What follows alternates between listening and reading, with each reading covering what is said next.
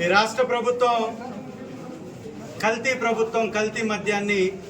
ఒక కుటీర పరిశ్రమగా మార్చి పేదలకు నాణ్యమైన మద్యం ఇస్తానని చెప్పినటువంటి ముఖ్యమంత్రి నాణ్యం పేరుతో స్టిక్కర్లు వేసి కల్తీ మద్యాన్ని తన నేతలతోటే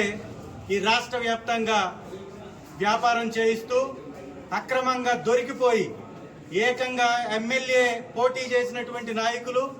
వివిధ హోదాల్లో ఉన్నటువంటి తెలుగుదేశం నాయకులతోటే దళారులుగా, వ్యాపారులుగా ఒక స్కామ్ లాగా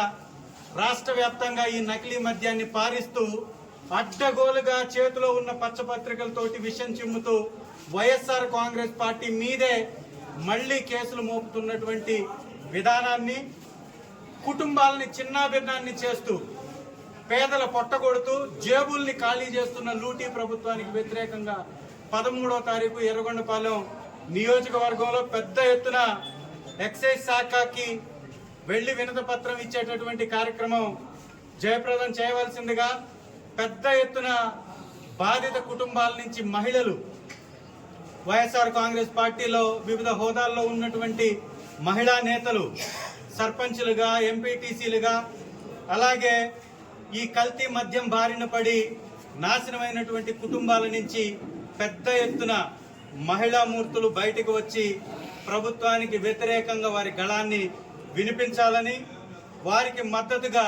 వైఎస్ఆర్ కాంగ్రెస్ పార్టీలో వివిధ హోదాల్లో ఉన్నటువంటి మండల, గ్రామ, నియోజకవర్గ, జిల్లా మరియు రాష్ట్ర పార్టీలో వివిధ హోదాల్లో ఉన్నటువంటి ప్రతి ఒక్కరు పెద్ద ఎత్తున తరలి రావాలని,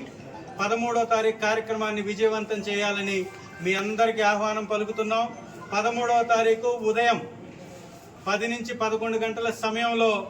ఈ కార్యక్రమాన్ని చేపట్టబోతున్నాం. మన పార్టీ కార్యాలయం ఇక్కడ నుంచి ఎక్సైజ్ శాఖ వరకు ర్యాలీ ఉంటుంది. మీరందరూ పాల్గొని మీతో పాటు మీ ఊరిలో అందరినీ నడిపించవలసిందిగా నా యొక్క మనవి. Thank you.